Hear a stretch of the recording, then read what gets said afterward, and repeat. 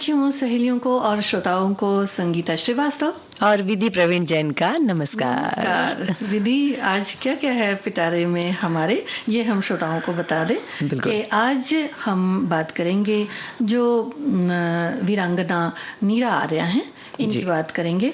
और त्योहारों का मौसम भी है, तो हमारे श्रोता भी देखो बहुत सारे इन्होंने कमेंट्स भी लिखे हैं। तो किस तरह से हम इको फ्रेंडली रक्षाबंधन मना सकते हैं, इस बारे में भी बात करेंगे। और जब रक्षाबंधन मना रही हैं तो कुछ व्यंजन तो बनते हैं, बिना मीठा मुंह किए त्योहार कैसे मना सकते हैं संगीता जी? जी बिल्कुल। और इसमें तो लाजमी है कि बहुत सारे जो घर के जो किचन में हम लोग अप्लायंसेस यूज़ करते हैं, जो बिजली के सामान यूज़ करते हैं, जिससे फटाफट हमारे व्यंजन बन जाते हैं, खाना बन जाता है, समय भी बचता है। लेकिन इनकी आदत कितनी सही कितनी क्या है, इस बारे में भी बात करेंगे। और सबसे पहले तो मैं सोचती हूँ एक गीत सुनवा देते हैं, वो ज्यादा अच्छा रहेगा।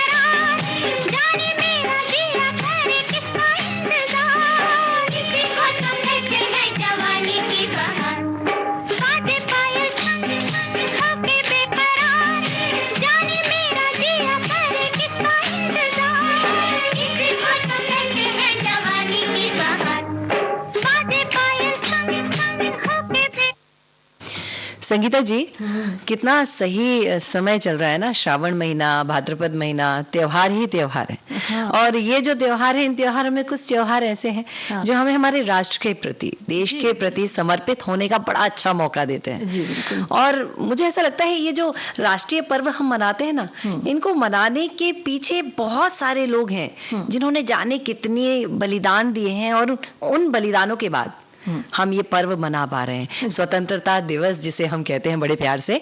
और ये बात कही जाए कि महिलाएं इस काम में पीछे रहीं तो शायद ये बात गलत हो जाएगी। हाँ। क्योंकि महिलाएं, हम सखी सहेली में बताते भी रहते हैं हाँ। किस तरह से स्वतंत्रता संग्राम में अपना काम करती रही, हाँ। अपना सहयोग देती रही। और आज जो सखी विशेष में हम लेकर आए हैं नीरा आर्या जी को, हाँ। एक वीरांगना, हाँ। जन्म हुआ मार्च में 5 तारीख को 1902 में। उत्तर प्रदेश के बागपत जिले में इनका जन्म हुआ था। मतलब यह है कि एक हिंदी भाषी प्रांत में जन्मी थी। लेकिन बड़ी अच्छी बात पढ़ने में आई नीरा आर्या जी के बारे में कि इन्हें संस्कृत, हिंदी, अंग्रेजी, बंगला भाषा का बहुत अच्छा ज्ञान था। ये तत्कालीन जो संयुक्त प्रांत नगर था खेकड़ा, यहाँ पर ये जन्मी थी। और पिताजी जो थे वो छज्जूमल जी एक प्रतिष्ठित व्यापारी थे। शिक्षा कलकत्ता में हुई तो बंगला भाषा का ज्ञान भी बड़ा अच्छा हो गया। और इसके साथ ही इनका विवाह भी हुआ। जो विवाह हुआ सीआईडी इंस्पेक्टर, जो ब्रिटिश भारत के सीआईडी इंस्पेक्टर थे, श्रीकांत जयरंजन दास जी के साथ में। और यह थी नीरा आर्या जी। इनके जीवन में बहुत उतार चढ़ाव आए, इन्होंने बहुत कुछ किया है। तो संगीता जी और आगे आप। जी जी बिल्कुल। जयरंजन दास को नेताजी सुभाष चंद्र बोस के विषय में जानकारी जुटाने और उन्हें सजा दिलाने की जिम्मेवारी दी गई थी। नीरा बचपन से ही नेताजी सुभाष चंद्र बोस से प्रभावित थी। आज़ाद हिंद फौज में जाकर भारतीय स्वतंत्रता संग्राम से जुड़ना चाहती थी और आज़ाद हिंद फौज को नीरा आर्या ने इसी उद्देश्य से चुना। और यहाँ महिलाएं और पुरुष दोनों ही गुप्तचर विभाग में काम किया करते थे, जिसके अध्यक्ष से थे, मतलब यहाँ के अध्यक्ष पवित्र। अब बताइए, गुप्तचर विभाग के लिए इन्हें काम मिल गया, मतलब जो चाहती थी वो इन्हें मिल गया। विभाग में काम मिला और नेताजी सुभाष चंद्र बोस जी ने नीरा आर्या को एक जिम्मेदारी सौंपी थी। और यह जिम्मेदारी इतनी खूबसूरत थी, इन्हें देश की प्रथम महिला जासूस होने का गौरव प्राप्त हुआ। नीरा जो थी वो अपने साथी जासूसों के साथ अंग्रेज अफसरों के घर में, मिलिट्री कैंपों में काम करती रही और वहां की जो अहम जानकारी थी वो आजाद हिंद फौज तक पहुंचाती रही। बहुत अहम काम किया करती थी नीरा आर्या जी। जी, और इसी दरमियान उनकी एक महिला साथी पकड़ी भी गई थी, क्योंकि ऐसा खतरा तो हमेशा बना ही रहता था। तो जिनसे अक्सर ये कहा जाता था कि अगर पकड़े गए भाई तो बड़ा राज खुलने का डर होता है, और ऐसा ही बिल्कुल हुआ। लेकिन और जो पकड़ी गई उनकी उम्र बहुत ज़्यादा कम थी। राजमणि जिनका नाम था, और कुछ साथियों ने नर्तकियों का वेश लेकर, क्योंकि ये आइडिया जो था वो नीरा आर्या जी का ही था, एक नर्तकियों का वेश धरकर अंग्रेजी अफसर जो थे उन्हें कुछ इस तरह से उन्हें नशीली दवाइयाँ वगैरह दे करके कुछ इस तरह से किया कि उन्हें छुड़ाने में कामयाब रही। और इस मुहिम में जो राजमणि थी उनके पैर में गोली भी लगी, और सर्च ऑपरेशन जो ब्रिटिश अधिकारी थे उनके द्वारा तो चलाया ही जा रहा था। दुर्गा, राजमणि और नीरा एक घने पेड़ पर 3 दिनों तक भूखी प्यासी छिपी रहीं। इस तरह सकुशल धीरे धीरे जब समय उन्होंने देखा तो वो आज़ाद हिंद फौज के जो बेस थे वहां पर उनका लौटना संभव हो पाया। देखिए, हम महिलाएं कई बार कितना डर जाती हैं संगीता जी, लेकिन ये महिलाएं कैसी डटी रहीं। अब राजमणि जी बहुत घायल थी, बहुत कम उम्र थी जैसा आपने बताया, और हिम्मत करके जब पहुंची वहां पर तो नेताजी ने देखा और खुश होकर आईएनए की रानी झांसी ब्रिगेड का लेफ्टिनेंट घोषित कर दिया था नीरा आर्या को। और नीरा आर्या की अगुवाई में आजाद हिंद फौज ने अंग्रेजों के कई अहम दस्तावेजों और गतिविधियों का पता लगाकर अपनी समझबूझ से पता लगाया और बहुत सारा कार्य किया। और इस तरह उन्होंने कई मोर्चों पर अंग्रेजों को शिकस्त भी दी थी। जी, आज़ाद हिंद फौज भारत की स्वतंत्रता के लिए कई मोर्चों पर एक साथ लड़ाई लड़ रही थी। नीरा आर्या इसमें अहम सहयोगी थी। सबको ये भी पता था कि पकड़े जाने से आईएनए का कितना बड़ा नुकसान हो सकता है, लिहाजा नीरा आर्या ने अतिरिक्त सतर्कता बरती, क्योंकि उनके पति को अंग्रेजी सरकार द्वारा नेताजी सुभाष चंद्र बोस की गिरफ्तारी का आदेश दिया गया था और इस बात को लेकर नीरा हमेशा चौकन्नी रहती थी।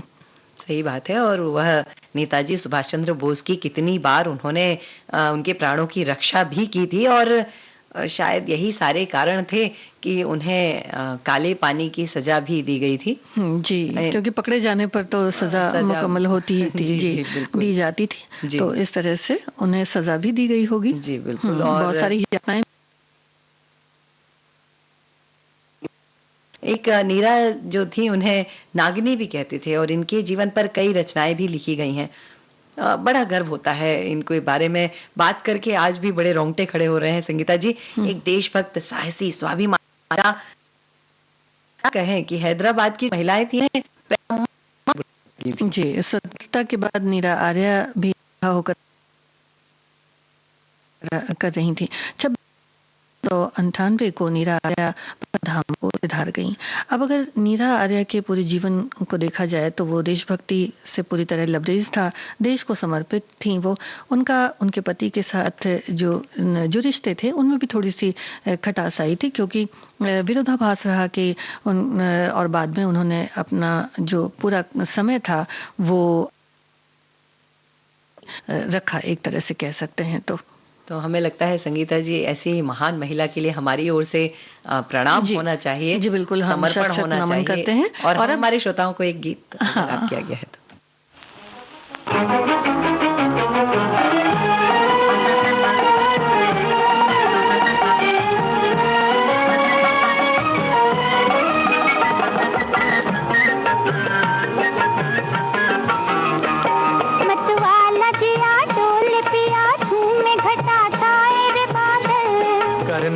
तो कर प्यार न डर, बीती उम्र आएगी ना कल। अरे पागल, अरे पागल।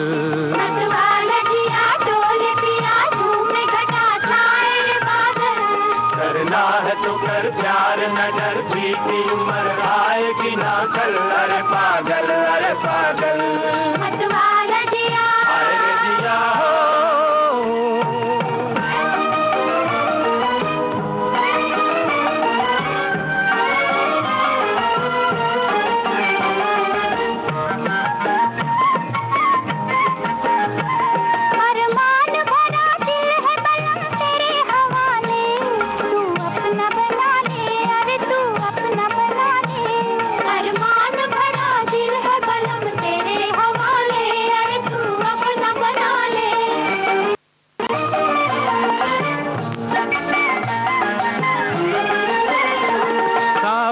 जवानी पे लगी दिल की बुझा ले, हंस ले जरा गाले, अरे हंस ले जरा गाले।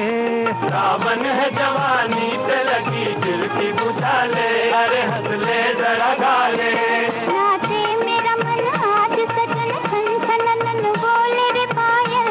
नाचे मेरा मन आज सजन सन सनन बोले रे पायल। करना है तो कर प्यार न डर, बीती उम्र आएगी ना कल। अरे पागल, अरे पागल। मतवाला जिया, अरे जिया हो।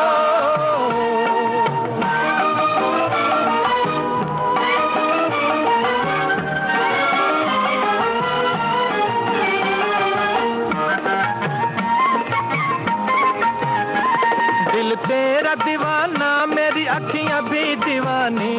कुछ दे दे निशानी, अरे कुछ दे दे निशानी। दिल तेरा दीवाना, मेरी अखियां भी दीवानी। अरे कुछ दे दे निशानी।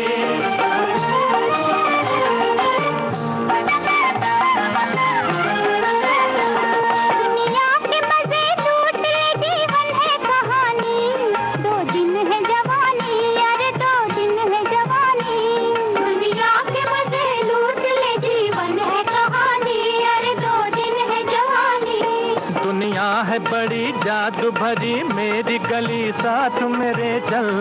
दुनिया है बड़ी जादू भरी मेरी गली साथ मेरे चल।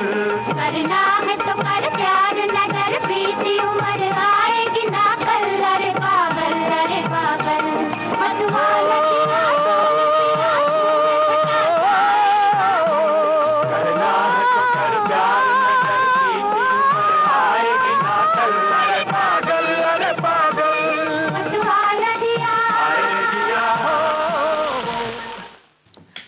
आज़ादी का अमृत महोत्सव चल रहा है विधि।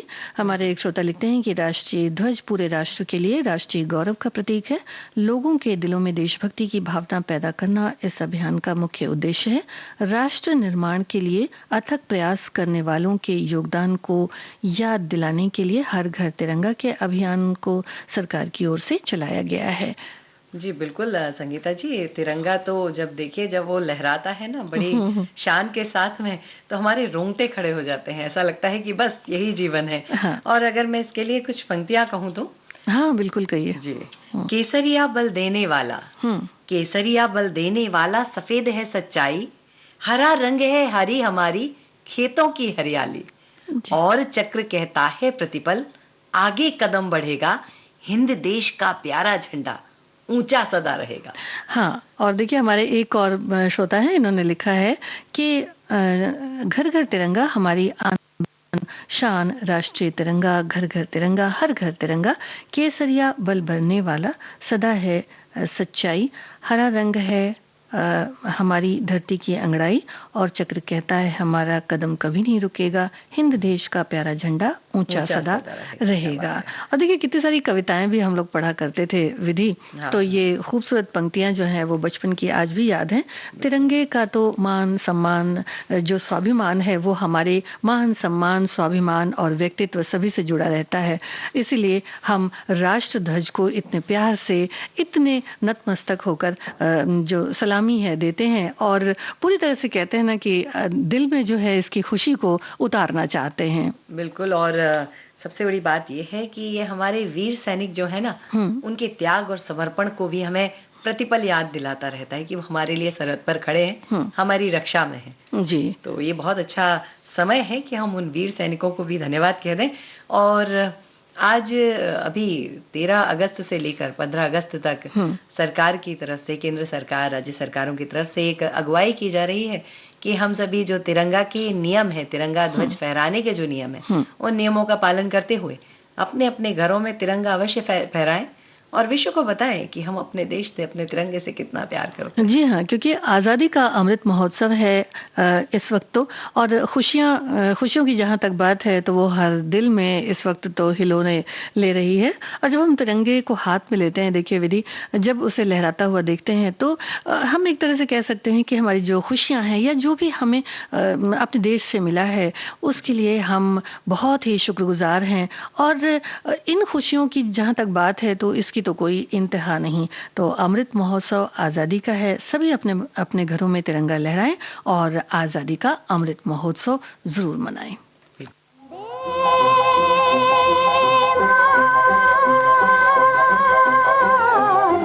वंदे मातरम, वंदे मातरम, वंदे मातरम, वंदे मातरम, वंदे मातरम, वंदे मातरम, वंदे मातरम, वंदे मातरम, वंदे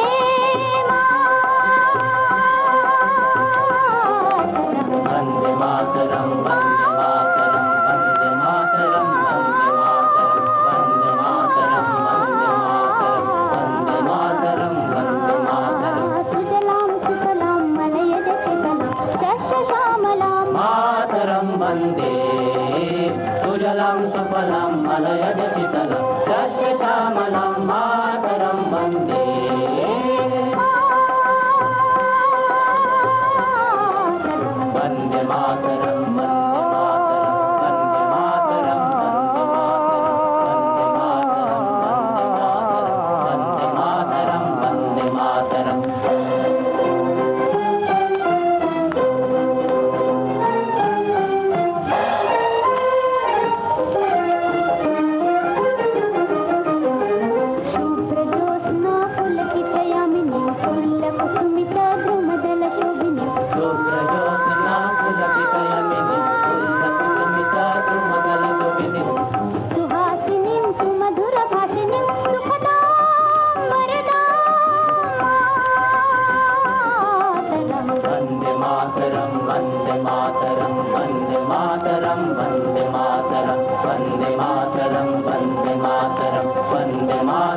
वंदे मातरम।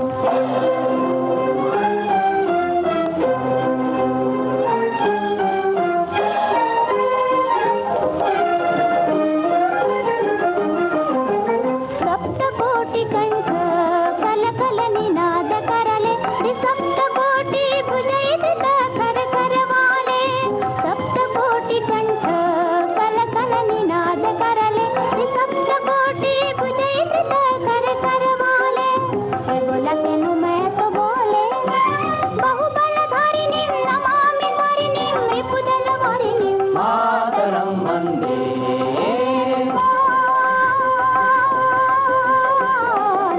वंदे मातरम, वंदे मातरम, वंदे मातरम, वंदे मातरम, वंदे मातरम, वंदे मातरम, वंदे मातरम, वंदे मातरम, वंदे मातरम, वंदे मातरम, वंदे मातरम, वंदे मातरम, वंदे मातरम, वंदे मातरम, वंदे मातरम, वंदे मातरम, वंदे मातरम, वंदे मातरम, वंदे मातरम, वंदे मातरम। संगीता जी, पहले के युग में और आज के युग में केवल एक ही अंतर है। पहले के युग में घर में जिम होती थी और आज के युग में बाहर जिम के लिए जाना पड़ता है और उसके लिए पैसा भी अलग से लगता है। तो क्यों ना हम आज उसी जिम की बात कर लें जो हमारे घर में हुआ करती थी, और हम घर में ही पूरा काम करते थे, शरीर हष्ट पुष्ट रहता था। डॉक्टरों के यहाँ जो लाइन लगी होती है वो तब नहीं लगी होती थी, क्योंकि हम स्वस्थ रहते थे। हाँ बिल्कुल, डॉक्टर सोचते होंगे कि भाई क्या क्या ऐसा क्या करते हैं। जी देखिए, क्योंकि कहते हैं कि देखिए आवश्यकता ही आविष्कार की जननी है। तो हमने अपनी सुविधा और आवश्यकता के अनुसार किचन उपकरणों का चुनाव किया, व्यवहार में लाए। जितने भी किचन उपकरण आए उन्हें हमारी भागदौड़ की जिंदगी को आसान उन्होंने कर दिया जरूर, पर हम उनके गुलाम भी बन गए। वॉशिंग मशीन खराब हो तो हैरान परेशान, मिक्सी खराब हो तो हम परेशान। तो हमारी ये श्रोता लिखती, ये हमारी श्रोता एक लिख रही हैं, तो लिखती हैं कि मैं मानती हूँ कि आप इन चीज़ों का उपयोग कीजिए, आराम तो मिल रहा है, पर यह भी सोचने का है कि हम अपने आप को कहाँ लाकर हमने रख दिया है।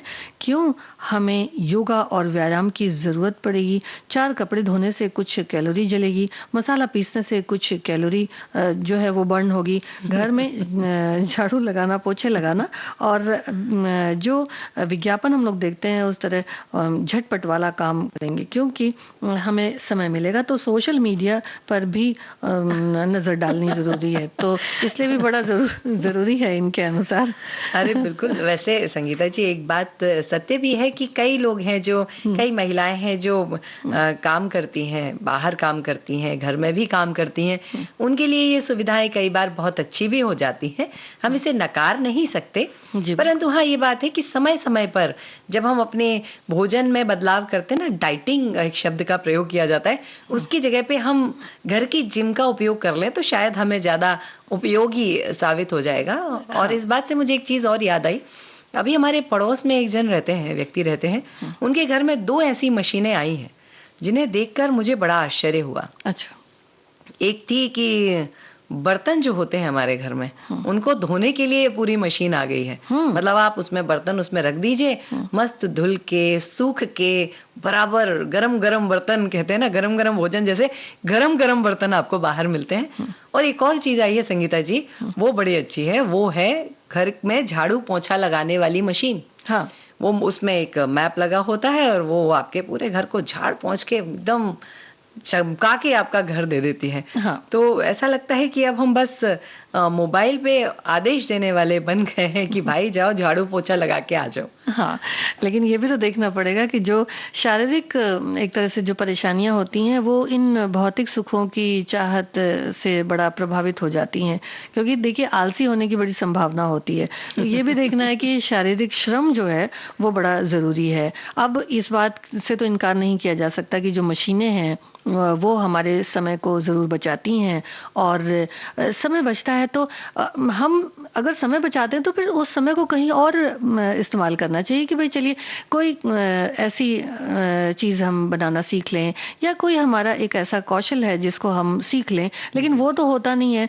ज़्यादातर समय जो है वो मोबाइल में ही चला जाता है। श्रोता ने भी लिखा है कि सोशल मीडिया पे। अच्छा, वैसे एक बात बताऊं संगीता जी, अगर सोशल मीडिया पे हमारे श्रोता नहीं आएंगे तो हमसे कैसे बात करेंगे? नहीं, वो तो लाजमी है, जरूरी है ना। और देखिए, जब मशीनों की बात करते हैं तो एक ज़माने में आटा पीसने की जो चक्की होती थी उसमें अनाज भी दरोटे जाते थे और दालें वगैरह बनाई जाती थी। उससे ये तो होता था कि देखिए, देखने में वो बड़ी भारी भरकम सी लगती थी, लेकिन जब उसमें लकड़ी की एक मुठिया होती थी उससे घुमाकर जब चलाया जाता था तो बड़ा ही घर के अंदर आपका एक थोड़ा काम भी हो जाता है और थोड़ी सी एक्सरसाइज भी हो जाती है, और जो घर की बनी हुई चीज़ें होती हैं वो भी मिल जाती हैं। लेकिन अब के समय में देखा जाए तो वो बड़ी भारी भरकम सी नजर आती हैं। लेकिन हाँ, सिलबट्टे का जहाँ तक सवाल है तो सिलबट्टे तो रखे जा सकते हैं, और खल मूसल का भी बड़ा प्रयोग किया जाता था, क्योंकि खल मूसल मसाला वगैरह पीसे या फिर वो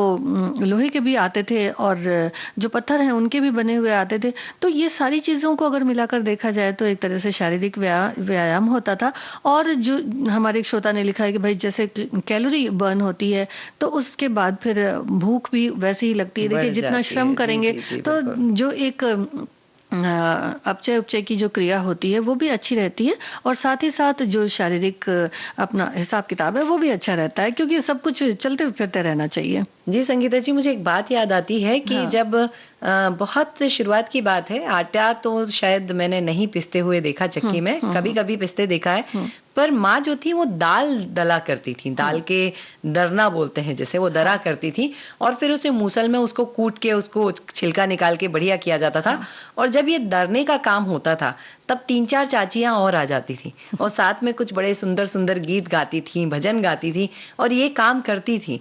तो देखिए, उनका साथ में बैठना उठना भी हो जाता था, और जो वो स्वाद बनता था उस स्वाद में भक्ति या प्यारा कोई गीत संगीत भी जुड़ा होता था जी। तो वो स्वास्थ्य के लिए भी लाभप्रद हो ही जाता था। हाँ, और एक ये भी होता है कि घर में जब और सारे लोग हैं तो किसी न किसी काम के बहाने एक जगह आएंगे, वहां पर बातचीत होगी और वहां जो एक माहौल बनता है वो बड़ा अच्छा सा बनता है।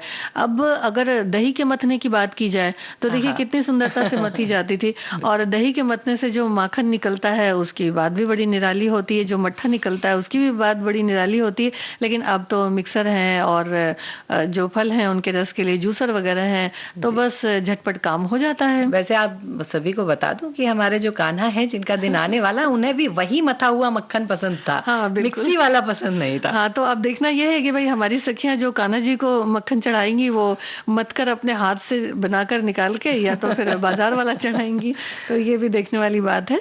और साथ जो तरीका है एक, जब हम इस तरह के काम करते हैं तो एक प्राकृतिक तरीका जो होता है जिंदगी जीने का वो भी काफी इसमें नजर आता है। तो ये भी एक विचार हो सकता है। बहरहाल अब ले लेते हैं एक छोटा सा अंतराल, सखी सहेली कार्यक्रम फिर इसके बाद जारी रहेगा। बिल्कुल।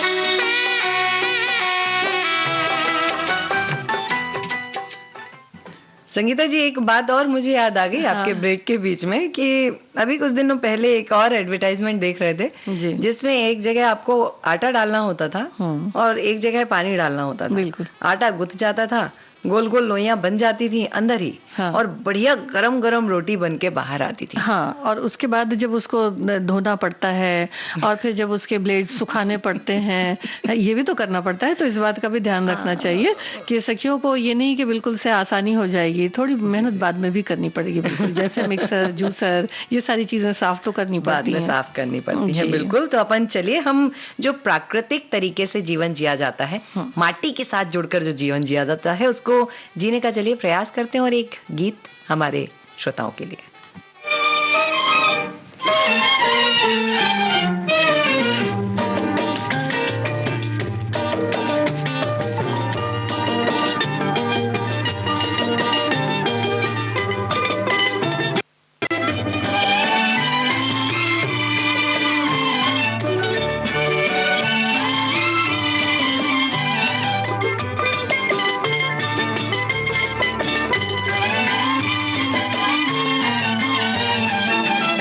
जारी जारी ओ कारी बदरिया, जारी जारी ओ कारी बदरिया, मत बरसोरी मेरी नगरिया, मत बरसोरी मेरी नगरिया, परदेस गए हैं संवरिया, जारी जारी ओ कारी बदरिया, जारी जारी ओ कारी बदरिया।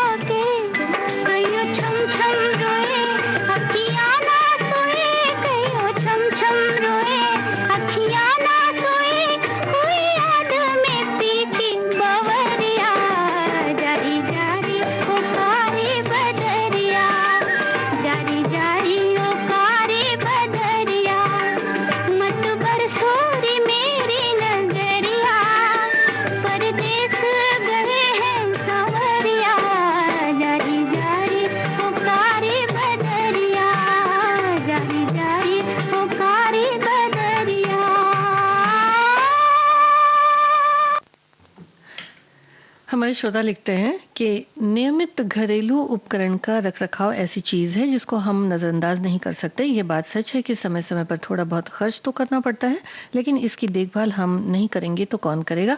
इस भाग दौड़ की जिंदगी में पैसे बचाकर हमने AC machine, refrigerator, washing machine, micro oven, water purifier और कई अन्य घरेलू उपकरण महत्वपूर्ण भूमिका निभाते हैं खरीदने से। और यदि किसी में कोई खराबी आ जाए तो हमारी जो तेज जीवन शैली है वो एकदम से ठप कर देता है। ऐसे में ज़रूरी है कि इनका अच्छे से ख्याल रखा जाए। तो ये भी बात है कि अचानक से अगर काम करना बंद कर दे तो भाई परेशानी तो होती है।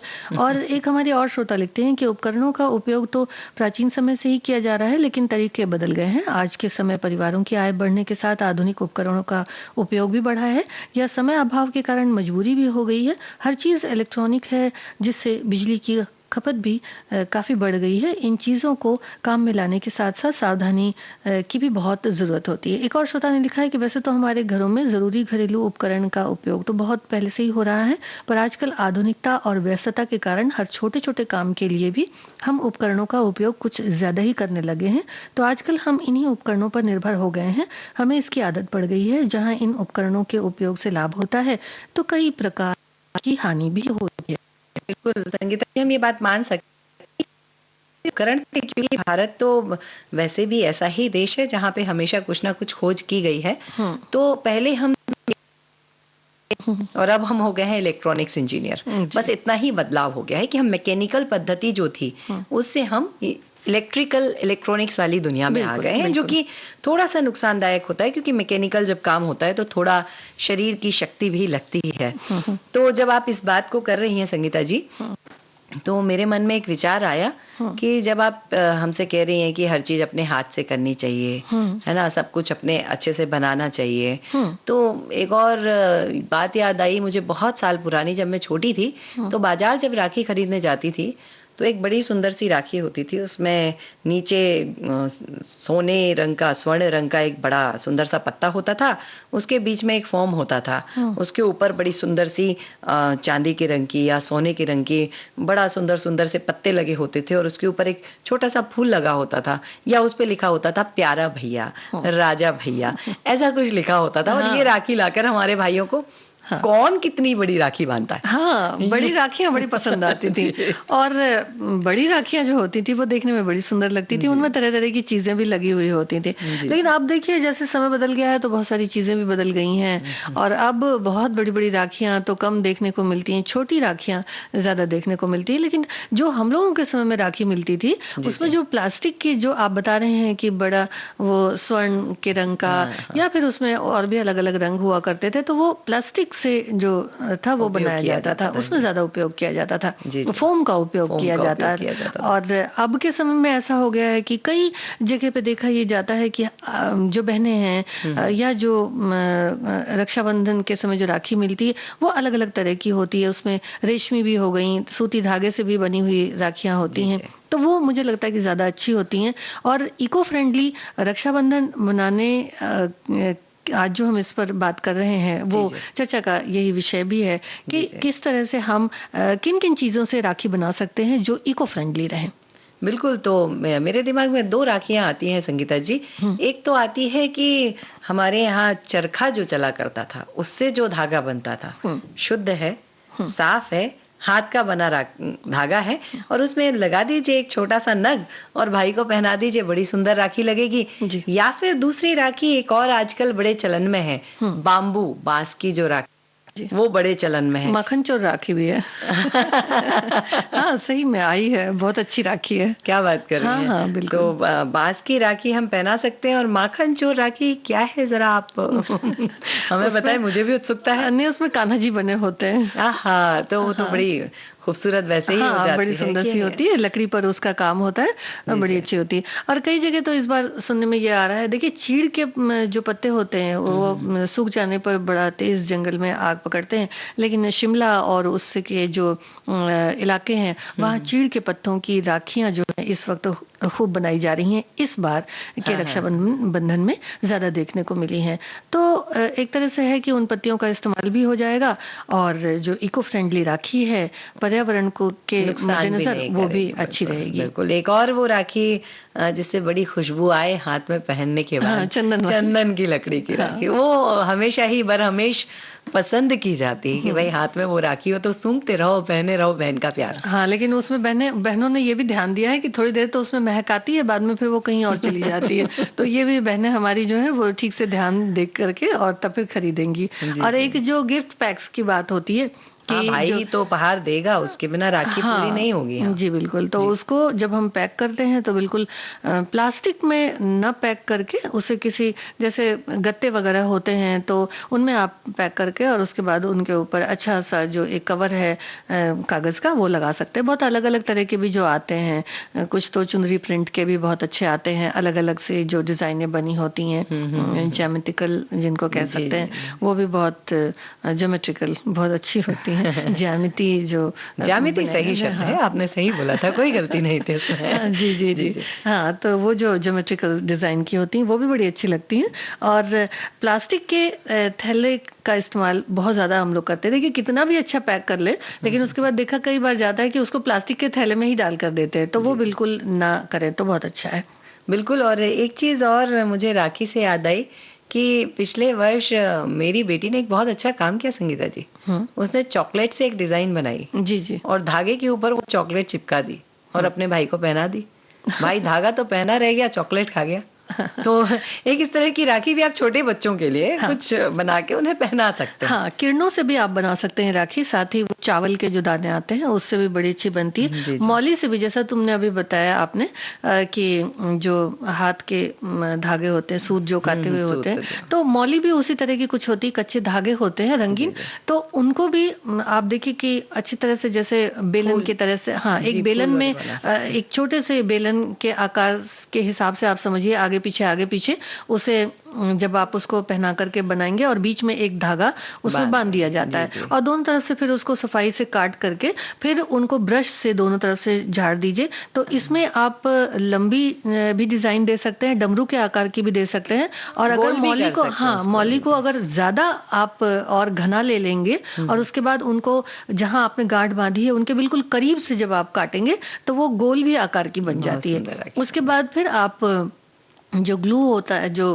चिपकाने वाला है, उसके ऊपर आप चिपका करके उसके बाद एक छोटे से कागज के टुकड़े को लेकर के और उसमें भी थोड़ा सा चिपकाने वाला पदार्थ लगाने के बाद में फिर उसमें किनारे किनारे चावल लगा सकते हैं या फिर रोली लगा सकते हैं। उसको अच्छे से दबा देना है और उसमें आप सर्कल बना सकते हैं। जैसे बाहरी सर्कल में आपने लगा दिया, लाल रोली लगा दिया, तो अंदर वाले में हल्दी लगा सकते हैं और बीच वाले में वापस फिर आप रोली लगा सकते हैं। ऐसा कुछ डिजाइन बना सकते हैं और फिर उसको एक धागे में आप कर दीजिए सेट। संगीता जी, मैं वापस उपहार की तरफ जाना चाहती हूँ लेकिन पहले एक गीत सुनवा दे, मुझे लगता है। मगर उपहार जरूर दे दें भाई, इस बात का ख्याल रखें।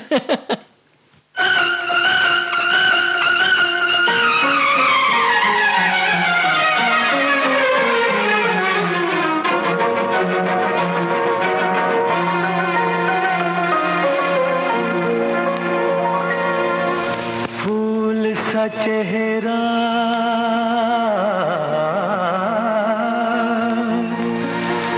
फूल सा चेहरा, चांद सी रंगत, चाल कयामत, क्या कहिए। फूल सा चेहरा, चांद सी रंगत, चाल कयामत, क्या कहिए। जो भी देखे हो जाए पागल, अपनी तो हालत क्या कहिए। फूल सा चेहरा,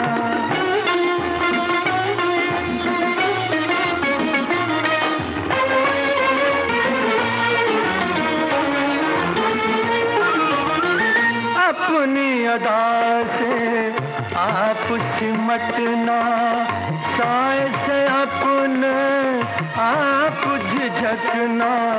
अपनी अदा से आप सिमटना, साए से अपने आप झिझकना।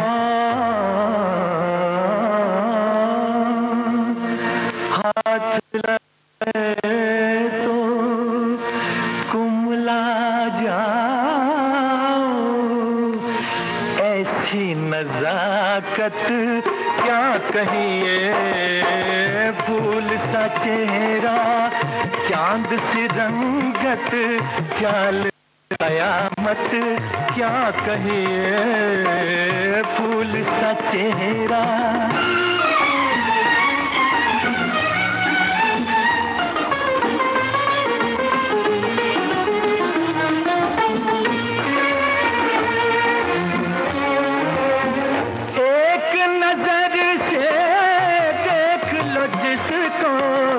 बेमौत वो तो मारा ही जाए। एक नजर से देख लो जिसको, बेमौत वो तो मारा ही जाए।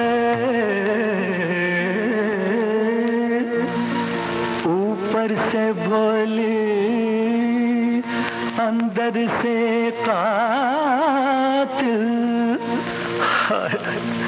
ऊपर से बोली अंदर से कातिल, ऐसी शरारत क्या कहिए, फूल सा चेहरा चांद सी रंगत, चाल कयामत क्या कहिए, जो भी देखे हो जाए पागल, अपनी तो हालत क्या कहिए, फूल सा चेहरा। तो संगीता जी बहुत अच्छी बात हम कर रहे थे। उपहार की कोई बात कह रही थी। अच्छा, वो उपहार ना, मैंने बस यही कहा था कि भाई लोग उपहार जरूर दे दें, और ऐसा भी कर सकते हैं कि जो सलवार सूट दे रहे हैं ना, वो सलवार सूट अंदर रख दें और दुपट्टे से उसकी पैकिंग कर दें, तो पैकिंग करने में अलग से कुछ और लगेगा नहीं और सुंदर पैकिंग भी हो जाएगी। और आप वो जो कुछ भी देना चाहे, जितना देना चाहे, बहनें कभी मना नहीं करती। देखिए, हमारे श्रोताओं ने लिखा है और कई सारे श्रोताओं ने इस बात को लिखा है कि रक्षाबंधन में जो राखियां मिलती हैं वो ज़्यादातर प्लास्टिक की बनी हुई होती हैं, तो प्लास्टिक की राखियां आप ना खरीदें। इसके बदले राखियां जो धागों से बनी हुई हैं उन्हें खरीद सकते हैं, और इको फ्रेंडली राखियां खरीदने की सलाह दें अपने लोगों को भी। और सीड राखी बहुत ट्रेड में है, तो इस राखी को आप इस्तेमाल करें, और उसके बाद इसमें जो लगे हुए बीज होते हैं उन्हें आप रोपने के काम भी ला सकते हैं। बिल्कुल। हाँ। तो संगीता जी, आपने रक्षाबंधन की इतनी बातें कर ली हैं कि रक्षाबंधन मतलब मेरे लिए तो मिठाई ही होती है जी। तो मुंह में पानी आ चुका है, तो क्यों ना थोड़ा सा हम मीठे की तरफ भी बढ़ जाएं, कुछ मिठाइयाँ और हम हमारे श्रोताओं के साथ साझा कर लें। जी। तो एक मिठाई मुझे याद आती है जो मुझे बहुत पसंद है, वो है नारियल का कलाकंद। हाँ, बड़ा स्वादिष्ट लगता है, मतलब बनाना भी बड़ा आसान है, बना लेते हैं बड़ी सरलता से। उसके लिए आपको 1 कप मावा चाहिए, 1 कप कद्दूकस किया हुआ पनीर, 200 ग्राम या 175 ग्राम स्वादानुसार कह सकते हैं इसको, चीनी आप थोड़ा कम ज्यादा खाना चाहें तो डाल सकते हैं, 1 कप नारियल का बूरा और इलायची पाउडर, फिर सजाने के लिए बादाम की कतरन, और इस सबको बनाने के लिए घी, जिसके बिना हमारी देसी मिठाइयाँ तो बनती ही नहीं है संगीता जी। तो बस करना क्या है, 1 चम्मच घी कढ़ाई में डाल देना है, उसमें मावा डाल लेना है और उसे भून लेना है, फिर पनीर डाल देना है, उसे भी 2 मिनट भून लेना है, फिर इसमें चीनी जो है वह डाल देना है, और चीनी थोड़ी देर बाद में घुल जाएगी अपने आप से। और बस उसमें जो नारियल हमने कद्दूकस किया हुआ था वो नारियल डाल दीजिए, और बस थोड़ी सी उसके ऊपर डाल दीजिए इलायची, और थोड़ी देर तक इसे जैसा जमाते हैं ना थाली में, वैसा जमने तक की उसकी जो ताशीर हो जाती है वहां तक इसे गाढ़ा कर लेते हैं। और बस हमें क्या करना है, एक और जो थाली है या ट्रे है आप जिसमें भी बनाते हैं उसमें घी लगाइए और इस सबको उसमें डाल दीजिए। थोड़ा थाली को गर्म रहता है, इसलिए माएँ क्या करती थी, थाली पटक पटक के उसको एक सा बैलेंस कर देती थी, और अगर हिम्मत है तो गरम गरम को हाथ से दबा के लेबल कर दीजिए जिसे हम कहें। हाँ, पलटे से भी कर सकते हैं, चिकना कुछ है अगर तो उससे भी कर दीजिए, और ऊपर से बादाम की कतरन डाल दीजिए, और 1 घंटे में सेट हो जाएगा। और उसके बाद संगीता जी आप हमारे घर पहुंचा दीजिए। जी। और देखिए, जो नारियल की मिठाइयाँ होती हैं वो उनकी खासियत ये होती है कि बड़ी जल्दी से बन जाती हैं, लेकिन बड़ी स्वादिष्ट भी होती हैं, स्वाद उनमें होता है। और मिल्क केक भी बिल्कुल ऐसा ही है कि आसानी से बन जाता है लेकिन स्वादिष्ट बहुत होता है। और मिल्क केक की अगर हम बात करते हैं तो देखा जाता है कि पश्चिमी उत्तर प्रदेश के जो इलाके हैं और हरियाणा के जो इलाके हैं वहाँ खासकर बहुत पसंद किया जाता है। तो मिल्क केक अगर आप बनाना चाहते हैं तो 2.5 लीटर दूध ले लीजिए, क्योंकि दूध थोड़ा ज़्यादा है, इसको गर्म करने के बाद में कम हो जाता है। 2.5 लीटर दूध, 2 छोटी चम्मच नींबू का रस और इलायची पाउडर थोड़ा सा, और 250 ग्राम चीनी। और चीनी तो फिर आप इसमें कम ज़्यादा भी कर सकते हैं अपने हिसाब से, अगर ज़्यादा खानी है वैसी, कम खानी है वैसी। गुड़ भी डाल सकते हैं चाहे तो। हाँ बिल्कुल, गुड़ डाल सकते हैं। तो दूध को पहले उबालना है, लगभग 1/3 हो जाए, उसको इतना गाढ़ा कर लेना है, 1/3 होने तक। उसके बाद इनमें दाने बनाने बड़े जरूरी होते हैं, क्योंकि वही उसकी खासियत होती है। दरदरा मुंह में जाता है। हाँ, थोड़ा सा उसमें दाने बन जाए, इसलिए 2 छोटी चम्मच जो आपने नींबू का रस लिया है उसे पानी में मिलाकर 2-3 चम्मच पानी उसमें डालकर मिला दे, और उसके बाद गाढ़े गाढ़े दूध में, जब ये दूध बिल्कुल गाढ़ा हो जाता है तब उसमें आप डालते जाएं और उसको हिलाते जाएं।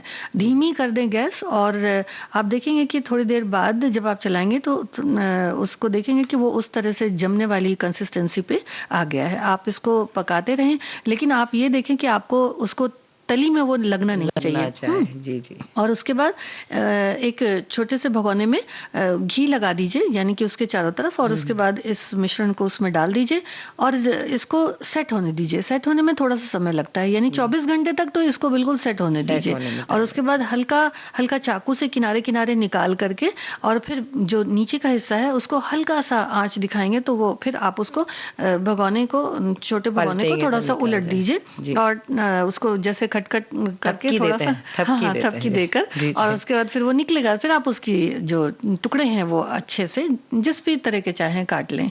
वैसे संगीता जी इसमें एक चीज और जोड़ना, इलायची पाउडर भी मिलाना है। इलायची पाउडर मिलाना है, और हमारे बच्चों को चॉकलेट बड़ी पसंद है, बच्चों को क्या बड़ों को भी पसंद है। तो आप चाहें तो थोड़ा सा चॉकलेट पाउडर, थोड़ी सी इसमें अलग से चॉकलेट पाउडर मिला लें, और 2 लेयर भी आप उसकी बना सकते हैं। और अभी तो 15 अगस्त भी आ रहा है, तो 3 लेयर बना लीजिए, 3 रंग डाल के, क्या फर्क पड़ता है।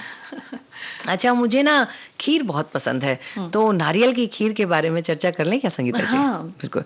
तो दूध 1 लीटर ले लेना है, फुल क्रीम बढ़िया वाला दूध लेना है, कच्चा नारियल 1 लेना है मीडियम साइज का, शक्कर जो है 70 से 80 ग्राम, थोड़ा बहुत ऊपर नीचे आप ले सकते हैं, छोटी इलायची 4 इलायची का पाउडर बहुत होगा, काजू बादाम किशमिश, इसके बिना खीर बनती ही नहीं है। तो नारियल को तोड़ना है, छीलना है और कद्दूकस कर लेना है, और उबलते हुए दूध में इसे डाल देना है। बस इसे चलाते रहना, बस ध्यान रखना है कि नीचे ना लग जाए, नहीं तो पूरा स्वाद बिगड़ जाएगा। और इधर काजू जो है वो पहले से ही हम कट करके रख लेंगे, बादाम भी कतर के जैसे हम बोलते हैं वो रख लेंगे, किशमिश भी बढ़िया साफ सूफ करके रख लेंगे। और इधर जब ये गाढ़ी हो गई, इसमें डाल दिया शक्कर, चीनी जिसे आप कहते हैं, और इलायची पाउडर, और उसके ऊपर ये जो मावे थे जो हमने बनाए थे अभी, काजू बादाम किशमिश, ये डाल दिए, और भी जो डालना है डालिए, आपका स्वाद है, और बढ़िया स्वाद से खाइए, मजा आएगा। जी बिल्कुल। और 2 तरह की ये बनती है विधि। देखिए, नारियल की खीर एक तो जो आपने बताई वैसी भी बनती है, और बहुत सी जगहों पे इसमें चावल मिलाकर भी बनाते हैं, लेकिन जो उसका अनुपात होता है वो बहुत संभाल कर डालना पड़ता है। चावल और नारियल की खीर भी बहुत सारे प्रांतों में बनाई जाती है, और खासकर ये जो रक्षाबंधन का समय आ रहा है, इस समय बड़ी ही बहुत पसंद से खाई जाती है। तो ये नारियल की खीर तो हम व्रत उपवास में भी बड़े अच्छे से खा सकते हैं। हाँ, तो वो उसमें जो चावल पड़ा है वो वाली नहीं, बल्कि जो आपने बताई है वो व्रत और उपवास में भी बहुत अच्छे से वो अच्छी लगती है, खा सकते हैं, और गाढ़ी हो जाती है तो बहुत अच्छी लगती है। नारियल और मखाने को मिला करके बड़ा अच्छा सा पाक भी बनाया जाता है, वो अपने श्रोताओं को बताते हैं कि इसके लिए आपको सामग्री लेनी है, 2 कप मखाना लेना है, अंदाज से घी ले लीजिए। घी का भी ऐसा ही रेशियो होता है कि किसी को ज्यादा पसंद आता है, किसी को ज्यादा कुरकुरा, तो किसी को थोड़ा सा कुछ अलग। तो 2 कप मखाना, अंदाज से घी 150 ग्राम, यानी 2 कप तक होगा ये उसके ग्रेटेड सूखा नारियल। तो दोनों ही चीज आपको लेनी है, मखाना भी लेना है और सूखा नारियल लेना है। सूखा नारियल यानी कि जो नारियल के गोले आते हैं उनमें अगर आप उसको घिस कर निकालेंगे तो बहुत अच्छा टेस्ट आता है। और 2 कप चीनी 450 ग्राम के लगभग, 1 छोटी चम्मच काली मिर्च पाउडर, और थोड़ा सा इलायची पाउडर, जायफल पाउडर, जो आधा जायफल है उसको घिस करके आप ले लें, और बाद में मखाने को घी डालकर पहले क्रिस्प भून लें।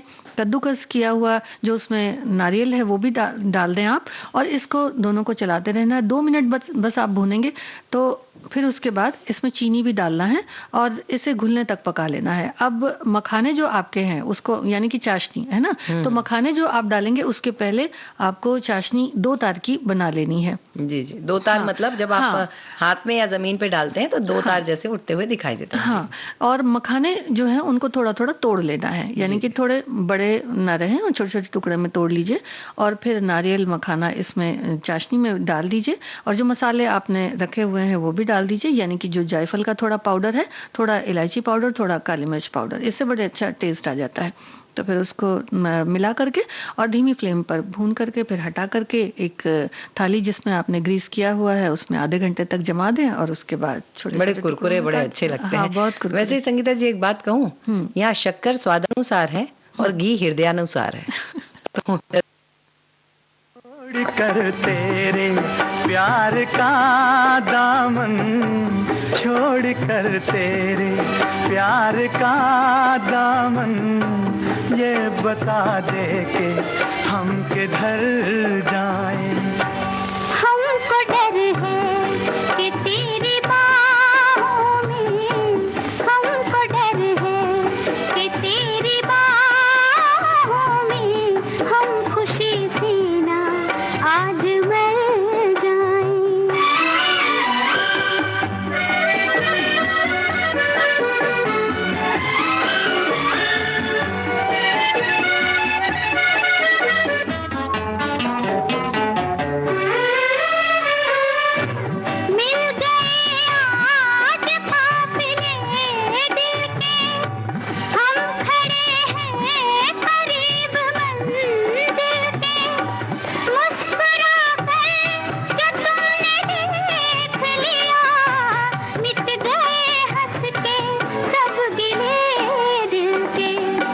कितनी प्यारी हैं ये हंसी घड़ियां, इनसे कह दो यहीं ठहर जाएं।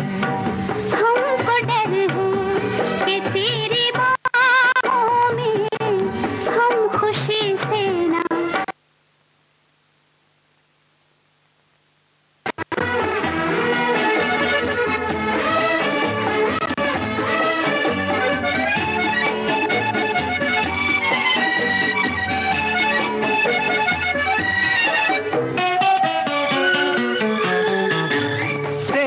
कदमों पे जिंदगी रख दूं, अपनी आँखों की रोशनी रख दूं। तू अगर खुश हो मैं तेरे दिल में अपने दिल की हर एक खुशी रख दूं। मेरे हमदम मेरी खुशी है, तू नजर आए हम जिधर जाएं। छोड़ कर तेरे प्यार का दामन, ये बता दे के हम किधर जाएं।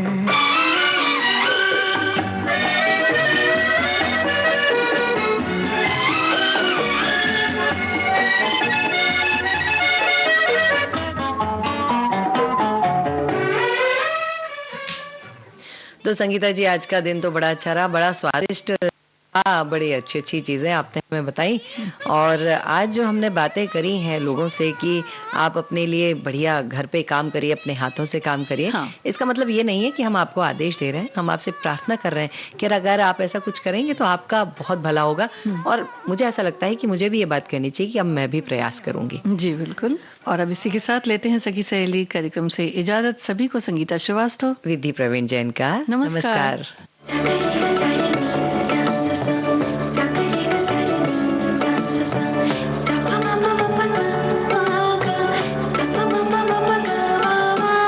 सखी सहेली।